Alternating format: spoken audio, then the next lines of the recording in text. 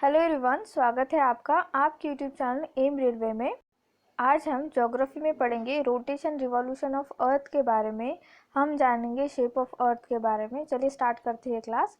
देखो, अर्थ का जो शेप है एक्चुअल में ये पूरी तरह से स्फेयर नहीं है। जैसे मतलब ये पूरी तरह से ऐसे सर्कल की तरह नहीं है।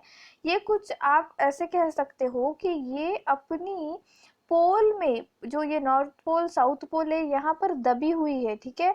और ये जो इक्वेटर पे है ये बल्जिंग है। बल्जिंग मतलब फूली हुई है। ठीक है, ऐसे समझ सकते हो आप। यहाँ से ये फूली हुई है और यहाँ पे ये पूरी की पूरी दबी हुई है। अर्थ का शेप कुछ इस तरह से है। इसीलिए अर्थ का शेप हमेशा जो है, एक क्वेश्चन बनता है कि what is the shape of earth. तो याद रखना, शेप ऑफ अर्थ इज जो है ऑब्लेट स्फेरॉइड। ठीक है, याद रखना, ये भी क्वेश्चन बनता है ऑब्लेट स्फेरॉइड। और कौन सा, और अगर स्फेरॉइड ऑप्शन में नहीं हो तो जियोइड। ठीक है, जियोइड करके होता है। या फिर ये भी ऑप्शन में नहीं हो तो फिर आपको ऑब्लेट इलिप्सॉइड, ठीक है, ऑब्लेट इलिप्सॉइड करके उसको टिक करना है। ठीक है, सबसे पहले तो ये जान लेना है आपको, शेप ऑफ अर्थ। ठीक है, ये क्वेश्चन बनता ही है एसएससी का, मतलब स्टाफ सिलेक्शन कमीशन का। ये बहुत ही ज़्यादा फेवरेट क्वेश्चन है। हर एक सेट में ये क्वेश्चन बन ही जाता है। और हाल फिलहाल रेलवे की भी एग्ज़ाम जो आने वाली है, आरआरबी ग्रुप डी, वहाँ पर भी ये क्वेश्चन पूछा जाएगा। क्योंकि क्या होता है ना, बहुत सारी सेट होती है, बहुत सारे बच्चे इकट्ठा पेपर देते हैं, तो वो क्वेश्चंस उनको इतने ज़्यादा मिलते नहीं हैं। तो वो क्या करते हैं, सिर्फ रिपीटेड क्वेश्चन जो हॉट टॉपिक है, जैसे कि इंपॉर्टेंट क्वेश्चन है, वो रिपीट कर देते हैं। ठीक है, तो ये ऐसी चीज़ें आपको कहाँ मिलेगी, एक्सपीरियंस टीचर ही आपको बताएगा कि आपको पढ़ना किस तरह से। ये चीज़ें आपको अच्छे से ध्यान में रखना है बच्चों। ठीक है, शेप ऑफ अर्थ क्या है, ऑब्लेट इलिप्सॉइड या ऑब्लेट स्फेरॉइड या फिर जियोइड। क्यों ऐसा कहा जाता है, क्योंकि ये जो है इक्वेटर पे फूली हुई है और पोल पे जो है पूरी की पूरी दबी हुई है ना। नेक्स्ट है प्रीहिलोइन एंड एफ्लिहोइन। तो ये क्या चीज़ है एक्चुअली, अगर आपने कभी इलिप्स पढ़ा होगा, ठीक है, अगर आपने कभी इलिप्स पढ़ा होगा तो आपको पता होगा इलिप्स का क्या होता है। एक मेजर एक्सिस होता है, एक माइनर एक्सिस होता है ना। मेजर एक्सिस और माइनर एक्सिस होता है। तो हमारी जो अर्थ रोटेट करती है, अपने आप की जो परिक्रमा करती है, और फिर जो रिवॉल्यूशन करती है सूरज का, जब ये रिवॉल्व होती है कुछ इस तरह से, जो इसका रिवॉल्यूशन है ये पूरा का पूरा इलिप्स का शेप लेता है। क्या का शेप, किस तरह का शेप है, ये इलिप्स का शेप है।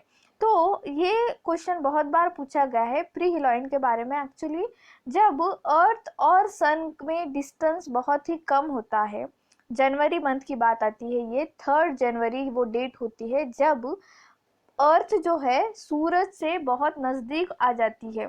ग्रेविटी का उसका पुल बहुत ज़्यादा होता है सन का, एंड इन दोनों में जो डिस्टेंस है वो बहुत कम होता है, अप्रोक्सीमेटली 91.4 मिलियन, या फिर आप कह सकते हो 147.1 मिलियन किलोमीटर। ये कब होता है, ये क्वेश्चन बना है, हमेशा पूछा ही जाता है। तो 3 जनवरी को बना है ये। ठीक है, 3 जनवरी को हर साल पृथ्वी जो है सूरज के पास जाती है। ये क्वेश्चन आपको चाहो तो आप नोट डाउन कर सकते हो, अदरवाइज पीडीएफ में ऑलरेडी अवेलेबल है। जिन लोगों ने पीडीएफ ले रखा है, वेल एंड गुड, आप सिर्फ और सिर्फ उसका रिवीजन कीजिए। जिन लोगों ने ले नहीं रखा है, और जैसे कि कोई अदर बुक पहले से ही बाय कर रखी है जनरल नॉलेज की, तो आपने क्या करना है बच्चों, जिन लोगों ने बुक खरीद रखी है, अब फिर से पीडीएफ लेने की जरूरत नहीं, पैसे वेस्ट मत करना। आप क्या करना, उस बुक से अच्छे से इसका रिवीजन कर लेना। ओके, रिवीजन कर लेना। अल्टीमेटली आपकी स्टडी होनी चाहिए, दैट्स इट। उससे ज़्यादा और कुछ नहीं चाहिए मुझे। आपने रेगुलर बेसिस पे स्टडी करना है बच्चों। तो होता क्या है, 3 जनवरी प्री हिलियन, मतलब जो अर्थ एंड सन का डिस्टेंस है वो पूरा का पूरा कम हो जाता है। अब जुलाई मंथ में क्या होता है, 4 जुलाई को एफिलियन कहते हैं उसे। ठीक है, एफिलियन कहते हैं। और इस टाइम पर जो है अर्थ एंड सन का डिस्टेंस बहुत ज़्यादा बढ़ जाता है। ठीक है, 4 जुलाई की बात आती है ये, 4 जुलाई। आपको डेट्स याद रखने हैं, ठीक है बच्चों, डेट्स याद रखने हैं आपको। तो ये 2 डेट्स आपको याद रखनी है, 3 जनवरी एंड 4 जुलाई। ठीक है, नेक्स्ट पार्ट है रोटेशन रिवॉल्यूशन। तो ये मोशन ऑफ अर्थ है, अर्थ का किस तरह से मोशन होता है। तो याद रखना, रोटेशन मतलब अपनी ही परिक्रमा करना। पृथ्वी जो है अपनी ही परिक्रमा करती रहती है, अपने ही एक्सिस पर जो है घूमती रहती है, इसीलिए रात दिन होते हैं। उसे क्या कहते हैं? रोटेशन कहते हैं। और रिवॉल्यूशन के लिए पूरे के पूरे 365 डेज लिए जाते हैं पृथ्वी के द्वारा, क्योंकि ये जो है पूरा इसको परिक्रमा करनी पड़ती है हमारे सन की। ठीक है, ये याद रखना है। सूर्य की जो परिक्रमा जब करती है पृथ्वी तो उसे रिवॉल्यूशन कहा जाता है। ये बहुत ही सिंपल सा टॉपिक है बट मोस्ट इम्पॉर्टेंट है, एंड रेगुलरिटी मेंटेन रखने के लिए मैंने ये जो है टॉपिक लिया है। कुछ कुछ बच्चों को पता नहीं होता है और कुछ बच्चों को पता होता है, बट ऐसा नहीं है कि आपने क्लासेस नहीं देखना है, आपने क्लासेस रेगुलर बेसिस पे देखना है। इस चैनल को सब्सक्राइब कर लेना है एंड रेगुलर बेसिस पे आपको रिवीजन भी करना है। इससे क्या होगा, बहुत ही कम लोड आएगा जब एग्ज़ाम की डेट वगैरह अनाउंस होगी। स्पेशली पुणे मेट्रो के बच्चों को मैं कहना चाहूँगी, अगर आप वीडियो देख रहे हो तो प्लीज़ सारे सब्जेक्ट अभी से कंप्लीट कर दीजिए। मैंने पहले भी ज्योग्राफी पढ़ा रखा है, वो कंप्लीट कर लेना, अदरवाइज अभी देखना। अभी मैं थोड़ा सा अपडेट करूँगी इसमें। ठीक है, पहले उतना समझ नहीं आता था ऑनलाइन कंटेंट किस तरह से प्रोवाइड करना है, बट अब मुझे सब कुछ समझ में आ जाता है, इतना एक्सपीरियंस आ गया है। तो अभी भी आप जो है कंटिन्यू कर सकते हो ये क्लासेस। और या फिर ये हो सकता है कि आपने पहले पूरा कंप्लीट कर लो और पीडीएफ से रिवाइज कर लो, क्योंकि आपके पास बहुत टाइम कम है, आपकी एग्ज़ाम बहुत ही जल्द आने वाली है। और एसएससी जेई के बच्चों के लिए भी यही सेम बात है कि आपकी एग्ज़ाम आने वाली है। तो प्लीज़ पहला वाला पूरा कंटेंट देख लेना, करंट अफेयर पूरा देख लेना, रिवीजन करना पीडीएफ से ही। ओके, तो मोशन कौन से है? Rotation and revolution. हमारा जो मून है, हमारी जो नेचुरल सैटेलाइट है मून, वो अर्थ को रिवॉल्व करती है। क्या करता है? रिवॉल्व करता है, अर्थ का रिवॉल्यूशन करता है। जैसे पृथ्वी जो है हमारी सूरज की रिवॉल्यूशन करती है, वैसे ही मून जो है अर्थ का रिवॉल्यूशन करता है। ठीक है बच्चों, याद रखना ये। नेक्स्ट है इक्विनॉक्स। ठीक है, इक्विनॉक्स एंड सोलस्टाइल्स क्या चीज़ होती है? एक्चुअली हमारी जो पृथ्वी है वो 23.5 डिग्री पे टिल्ट है। ये पूरा सूरज की तरह ऐसे गोल नहीं है, स्फेयर नहीं है, जैसे कि मैंने पहले बता रखा है। ये कुछ इस तरह से जो है टिल्ट हो रखी है 23.5 डिग्री पर। ठीक है, ये क्वेश्चन बहुत बार पूछा जाता है कि अर्थ का जो टिल्ट है वो कितना है, तो 23.5 डिग्री। ठीक है, ये याद रखना, ये क्वेश्चन पूछते हैं कितना है, 23.5 डिग्री ये टिल्ट है। अब ये टिल्ट होने की वजह से होता क्या है, जब अगर सपोज पूरी हमारी पृथ्वी ऐसी पूरी गोल होती और ये सपोज सूरज है ना, दूर सूरज है, तो जब इसकी रोशनी आती तो क्या होता, रोशनी डायरेक्टली यहाँ पर आती, यहाँ आती, ठीक है, ऐसे ऐसे ऐसे ऐसे मिल जाती। बट सूरज की रोशनी ये पार्ट पर, मतलब north pole and south pole पर पहुंचेगी, इसकी कोई गारंटी नहीं थी और ऐसा होता भी नहीं। हालांकि अभी भी बहुत सारा पार्ट होता है north pole and south pole का जहाँ पर सूरज की रोशनी नहीं आती है, बट ऐसा नहीं है कि सूरज की रोशनी नामुमकिन है वहाँ पर।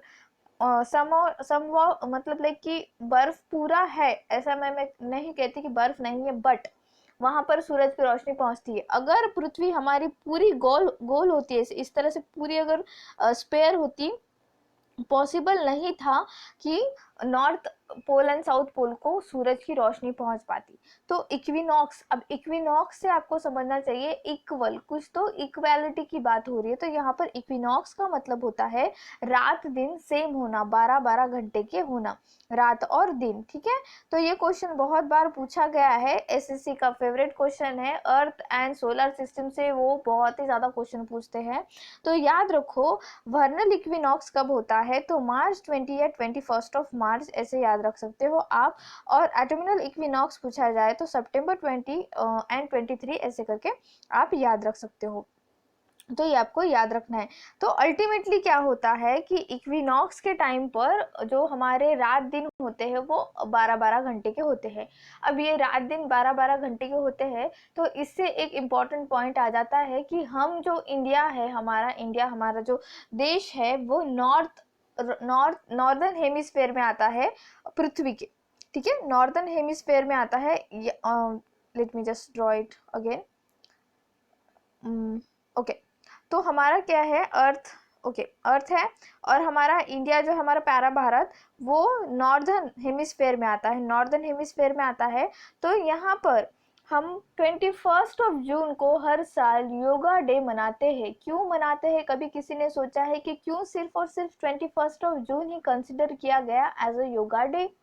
क्यों नहीं हमने कोई और दिन चुन लिया? क्यों नहीं हमने चुना मोदी जी का बर्थडे, समथिंग लाइक दैट? 2015 में यूनाइटेड नेशन की कॉन्फ्रेंस जब हुई थी, तब मोदी जी ने प्रपोज किया था यूनाइटेड नेशन के सामने कि 21 जून को नॉर्दर्न हेमिस्फेयर में सबसे बड़ा दिन होता है, और 21 जून को नॉर्दर्न हेमिस्फेयर में सूरज की रोशनी बहुत ज़्यादा आती है। ऑफ कोर्स अगर सबसे बड़ा दिन होगा तो बहुत टाइम तक सूरज की रोशनी होगी अल्टीमेटली। तो उन्होंने ऐसे प्रपोज किया कि इस दिन को क्या हम इंटरनेशनल योगा डे करके सेलिब्रेट कर सकते हैं। और यूनाइटेड नेशन की हिस्ट्री में ऐसा पहली बार हुआ है, किसी कंट्री के प्राइम मिनिस्टर ने कोई काइंड ऑफ प्रपोजल रखा है, काइंड ऑफ रिक्वेस्ट की है, वो 6 महीने के अंदर अंदर अप्रूवल मिल चुका उसको।